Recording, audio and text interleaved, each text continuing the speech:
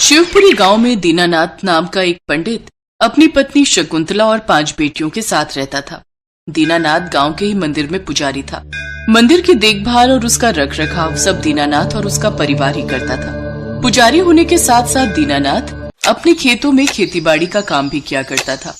दीनानाथ और उसकी 5 बेटियां शिव जी की बहुत बड़ी भक्त थी। जैसे जैसे 5 जवान हो रही थी, दीनानाथ की चिंता भी बढ़ती जा रही थी। क्या हुआ जी, आप इतना परेशान क्यों दिखाई दे रहे हो? मेरी परेशानियों का कारण तो तुम जानती ही हो शकुंतला। जिस बाप के घर में 5-5 जवान बेटियां हों, भला उसे चैन की नींद कैसे आ सकती है? जिस गरीब बाप के पास एक बेटी की शादी करने तक की जमा पूंजी ना हो, भला वो अपनी 5-5 बेटियों की शादी कैसे करेगा? आप चिंता क्यों करते हो जी? आप ही तो कहते हो अपनी ये 5 बेटियां शिव जी की बेटियां हैं, तो फिर इनकी चिंता भी शिव जी पर छोड़ दो और उन पर अपना विश्वास बनाए रखो। मुझे उन पर पूरा भरोसा है शकुंतला। अगले दिन दीनदयाल की 5 बेटियां निधि, पूर्णिमा, संगीता, अनामिका और प्राची नहाकर तैयार होकर मंदिर पहुंच जाती हैं और शिव जी की पूजा अर्चना करने लगती हैं। निधि ने शिवलिंग के आगे धूप जलाया, पूर्णिमा ने ज्योत, संगीता ने चंदन का तिलक लगाया, अनामिका ने बेलपत्र और धतूरा चढ़ाया और आखिर में प्राची ने जलाभिषेक किया। इसके बाद 5 शिव मंत्र का जाप करने लगी। ओम नमः शिवाय मंत्र का जाप करने के बाद उन 5 ने आरती की। फिर सबने शिव जी से प्रार्थना की, हे मेरे भोलेनाथ, अपनी कृपा दृष्टि हम पर सदा बनाए रखना, हर मुश्किल घड़ी में हमारा साथ देना प्रभु। इसी तरह 5 बहनें हर रोज मंदिर आकर शिव जी की आराधना करती। जब भी भोले बाबा के मंदिर आती हूँ तो यहाँ आकर एक अजीब सा सुकून मिलता है। सच में मन ही नहीं करता कि इस मंदिर को छोड़कर जाऊं। हाँ, एक अलग ही जुड़ाव लगता है शिव जी के इस मंदिर से। वो ये बातें कर ही रही होती है कि तभी वहाँ दीनानाथ और शकुंतला पहुँच जाते हैं। उनकी बातें सुनकर दीनानाथ और शकुंतला पुरानी यादों में खो जाते हैं। हे प्रभु, हम दोनों दिन रात आपकी सेवा करते हैं, आपकी पूजा करते हैं। अब तो हमें हमारी भक्ति का फल दे दो और हमारी सूनी गोद को भर दो। मैं जानती हूँ भोलेनाथ कि मैं कभी माँ नहीं बन सकती, लेकिन कोई ऐसा चमत्कार कर दो कि हम दोनों को माँ बाप के सुख से वंचित न रहना पड़े। अपनी कृपा हम पर बरसाओ प्रभु। तभी उन्हें मंदिर के बाहर से किसी बच्चे के रोने की आवाज आती है। अरे, ये बच्चे के रोने की आवाज कैसी? वो दोनों भागकर बाहर जाते हैं तो देखते हैं कि मंदिर के पास जो नदी है, वहाँ एक बड़ी सी फूलों की टोकरी में 5 नवजात बच्चियां बहती हुई आ रही हैं और बीच नदी में जो शिवलिंग है उसने उन्हें रोके रखा है। दीनानाथ झट से नदी में जाकर उस टोकरी को बाहर लेकर आता है। शकुंतला, एक वक्त था जब हम एक बच्चे के लिए तरसते थे, लेकिन आज देखो, भोलेनाथ ने अपनी 5-5 बेटियों के माता पिता बनने का हमें सौभाग्य दिया है। सचमुच आज मैं बहुत खुश हूँ। तेरा लाख लाख शुक्र है प्रभु। बाबा, माँ, लो आप भी भोलेनाथ का जलाभिषेक कर लो। भगवान शिव की पूजा करने के बाद वो सभी वापस घर आ जाते हैं। दीनानाथ की 5 बेटियां बहुत ही सुंदर और गुणी थी। 5 ने अच्छे नंबरों से 12वीं पास कर ली। अब वो घर के कामों में तो अपनी माँ का हाथ बटाती थी, साथ ही खेत में जाकर अपने पिता की मदद भी किया करती थी।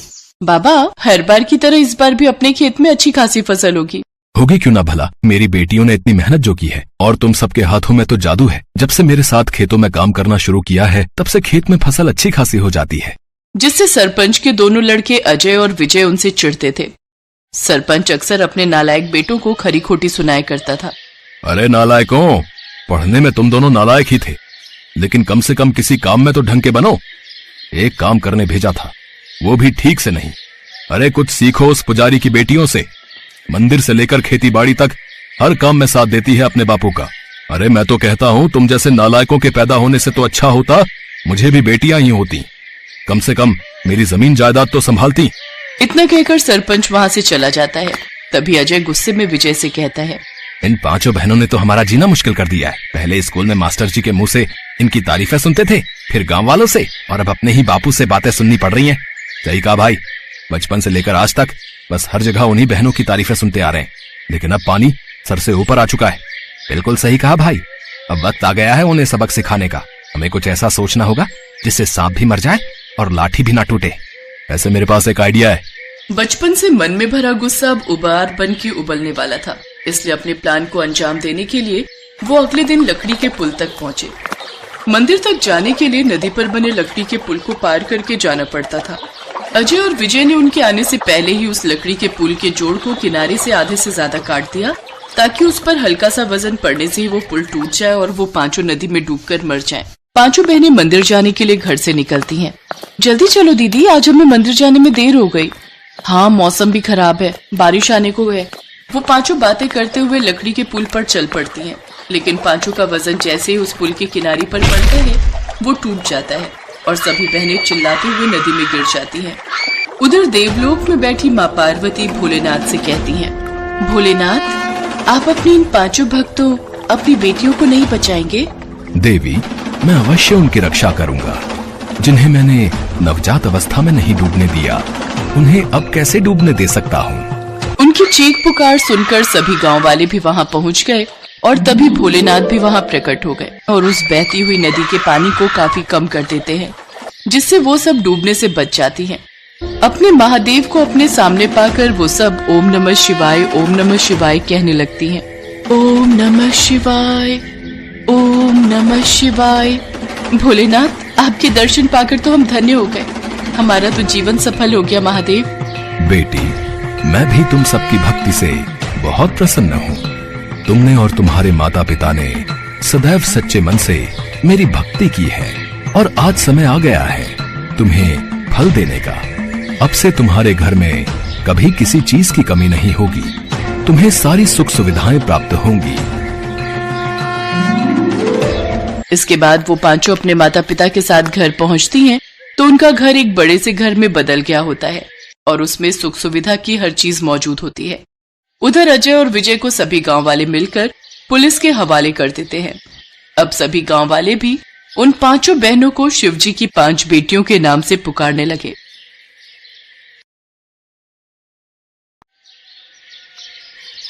मदन नाम का एक किसान अपनी पत्नी सोमा और 5 साल की बेटी अनु के साथ गोपालपुर गांव में रहता था। मदन के पास खुद की थोड़ी सी जमीन थी। अपनी जमीन पर खेती करके वो किसी तरह अपना घर चलाता था।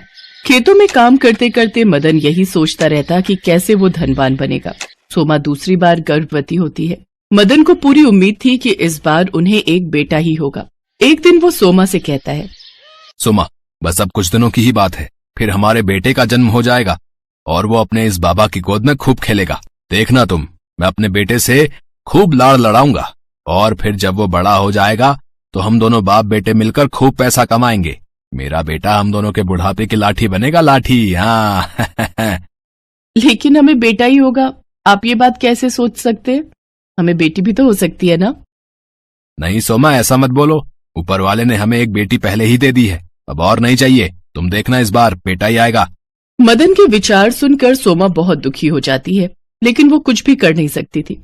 ऐसे ही कुछ दिन बीत जाते हैं। फिर वो समय भी आ जाता है जब सोमा बच्चे को जन्म देती है, लेकिन बच्चे को देखकर मदन दुखी हो जाता है, क्योंकि सोमा ने इस बार भी एक लड़की को ही जन्म दिया था।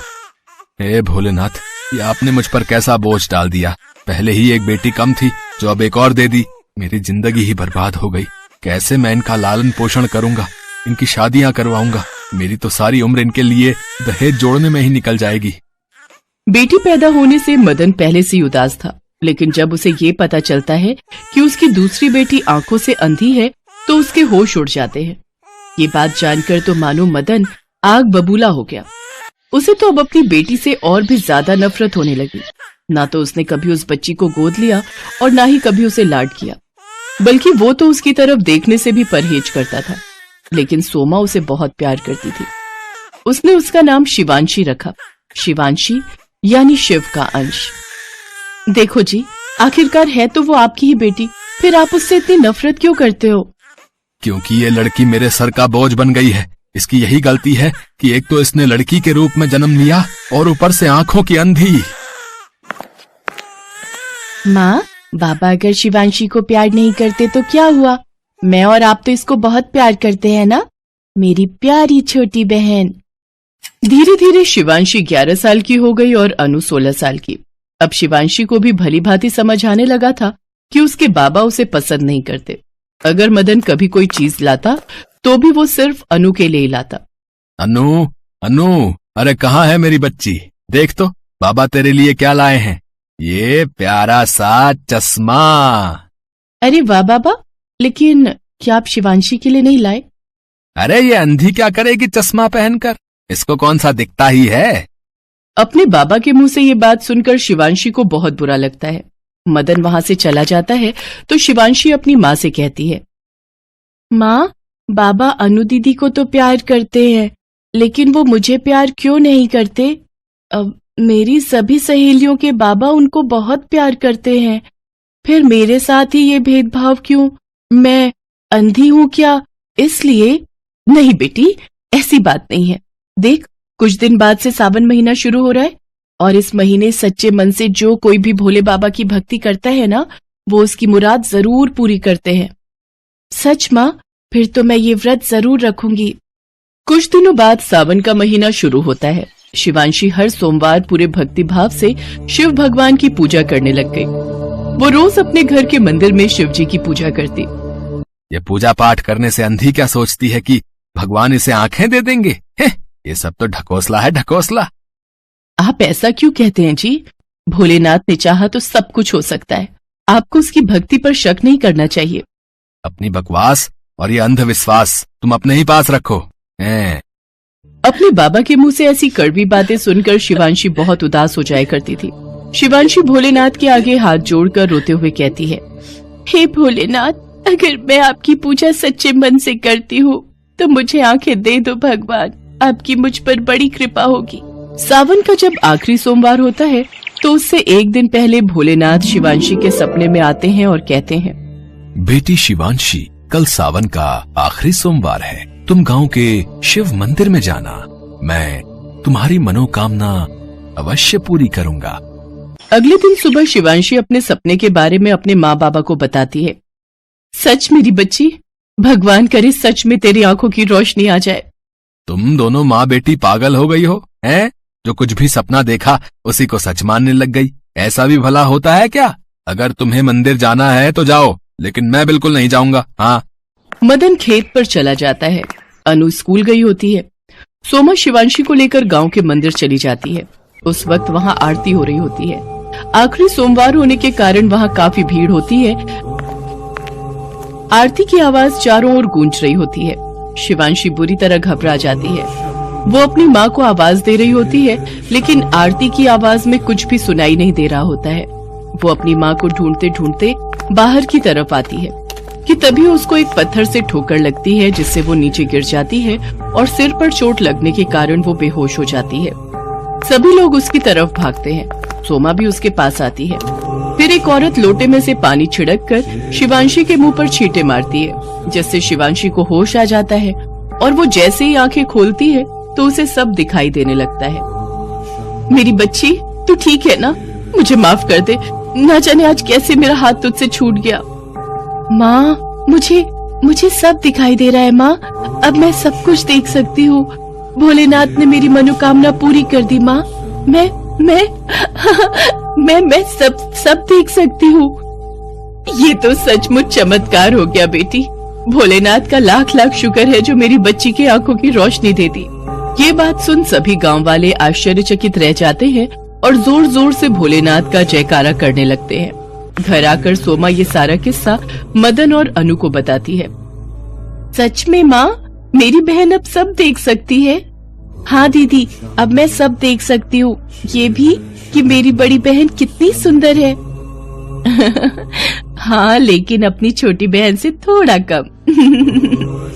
मैं कितना अधर्मी आदमी हूँ जो मैंने आपकी बातों पर शक किया। मुझे माफ कर दो भोलेनाथ, मुझे भाग्य को क्षमा कर दो। शिवांशी मेरी बच्ची, तुम भी मुझे माफ कर दो। मैंने तुम्हें कभी भी बाप का प्यार नहीं दिया और तुझे हमेशा भला बुरा कहा, लेकिन अब मेरी अक्ल ठिकाने आ चुकी है। मेरी बच्ची, आ मेरे गले लग जा बच्ची। इसके बाद मदन अपनी दोनों बच्चियों को बहुत प्यार करता है और उनके साथ वो हर रोज भोलेनाथ की पूजा करता है। कुछ ही सालों में भगवान की कृपा से उनके पास काफी धन दौलत आ गई और वो काफी सुखपूर्वक अपना जीवन व्यतीत करने लगे। बड़ी बहन अनु पढ़ लिख कर वकील बन गई, तो वहीं शिवांशी एक डॉक्टर। अब मदन को अपनी दोनों बेटियों पर बहुत गर्व था।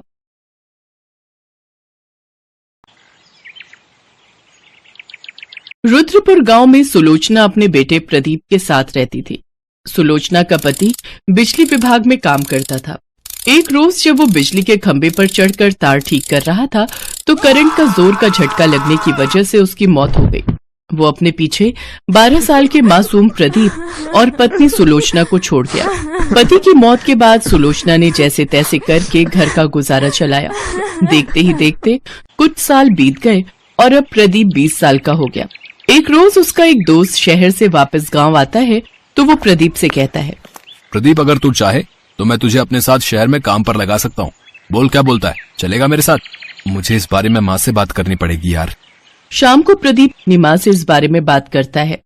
नहीं बेटा, तू शहर मत जा। जो शहर जाता है फिर वो लौटकर गांव नहीं आता।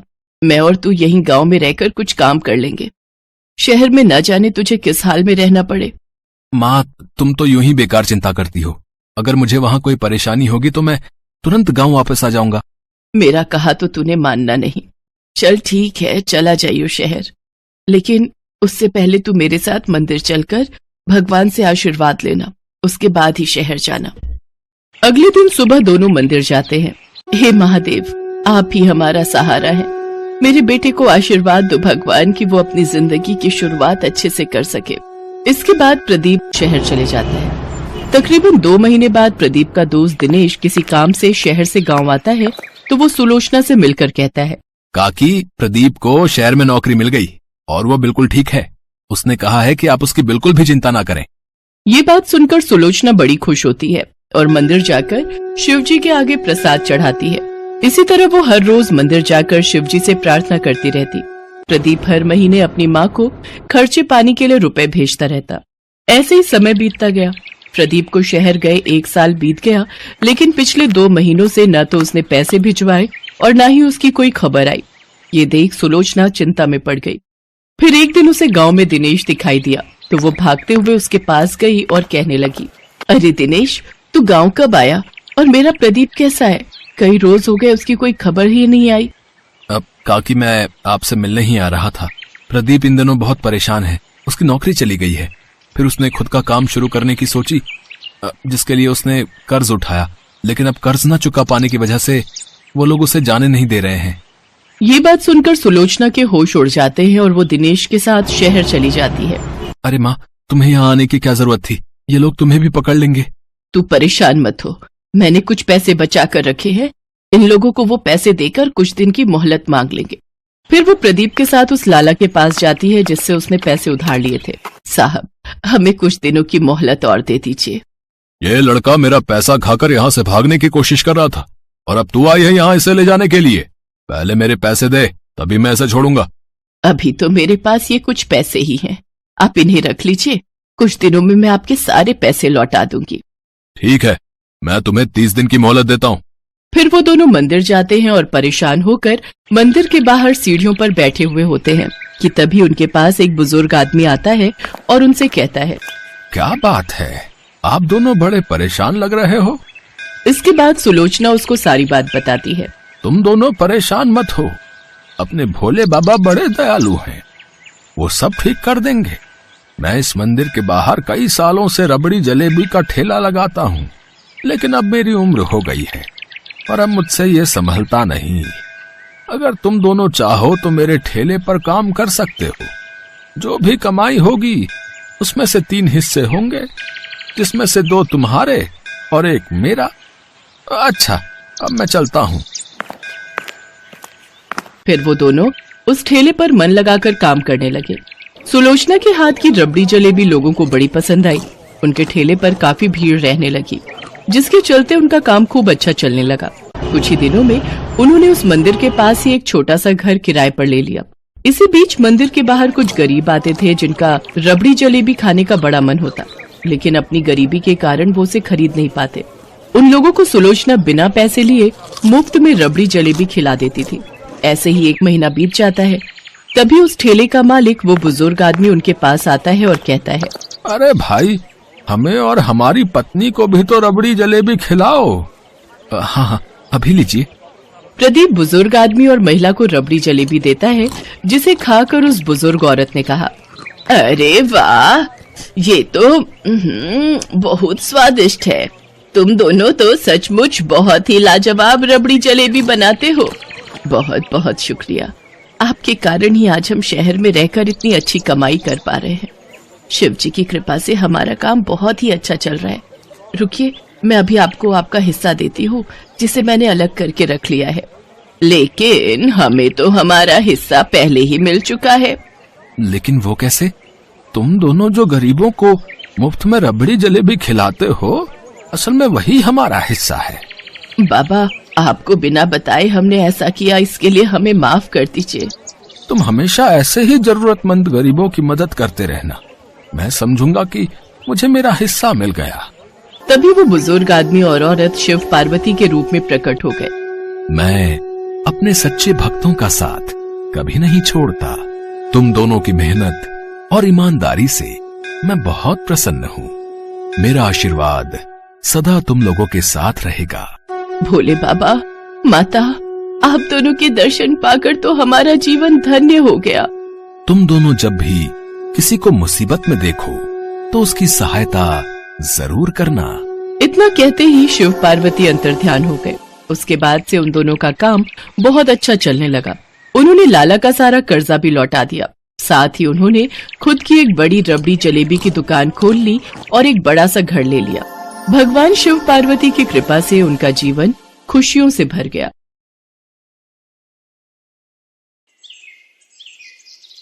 एक गांव में शिवम नाम का एक दूध वाला रहता था। उसके पास 2 भैंसें थी। वो हर सुबह उनका दूध निकालता और पूरे गांव में घूमकर बेचा करता था। शिवम का रोजाना का एक नियम था। दूध बेचने के बाद उसके पास जो भी दूध बचता था उसे शिवम रास्ते में शिव जी के मंदिर में शिवलिंग पर चढ़ा देता था। उसका दोस्त मंगल रोजाना उसे ऐसा करते देखता था। एक दिन, शिवम, तू इतनी मेहनत से पूरे गांव में दूध बेचता है और जो दूध बच जाता है उसे तू शिव मंदिर में चढ़ा देता है।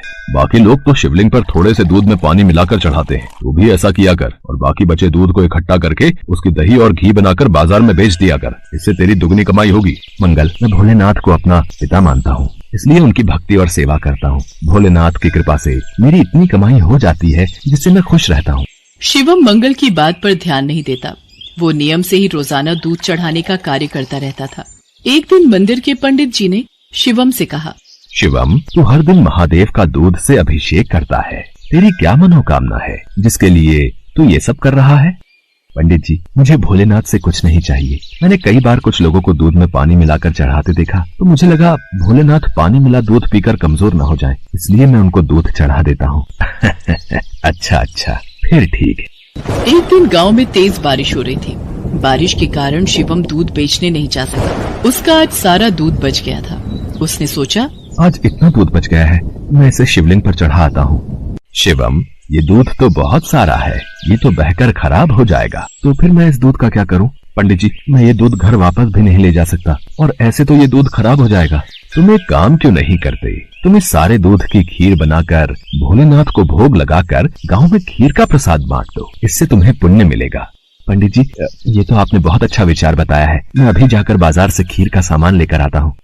शिवम को पंडित जी की बात अच्छी लगी और वो बाजार से खीर बनाने का सामान ले आया। शिवम ने खीर बनाकर भगवान शंकर को भोग लगाया और सारे गांव में खीर का प्रसाद बांटा। इधर कैलाश पर्वत पर भगवान भोलेनाथ के मुख पर खीर लगी देख माँ पार्वती उनसे बोली, ये तो जरूर भगवान कृष्ण की भेजी हुई कोई चमत्कारी गाय दिखाई पड़ती है, जैसे उनका कोई आशीर्वाद हो। देवी पार्वती, ये मेरा प्रिय भक्त शिवम है। इसकी निश्चल भक्ति ने मेरा मन जीत लिया है। ये मुझे अपना पिता मानकर मुझे प्रतिदिन दूध और खीर का भोग लगाता है। ये मेरी चिंता करता है और मुझे बिना पानी मिला दूध चढ़ाता है। मेरे भोले भाले भक्त की भावना देखो, ये समझता है कहीं मैं पानी मिला दूध पीने से कमजोर न हो जाऊं, इसलिए ये दूध से अभिषेक करता है। प्रभु, फिर तो अपने इस भक्त पर कृपा करने के लिए हमें इसकी परीक्षा लेनी चाहिए। तो देर किस बात की देवी पार्वती, हम अभी पृथ्वी पर चलते हैं और अपने भक्त शिवम की परीक्षा लेते हैं। भगवान शिव और देवी पार्वती ने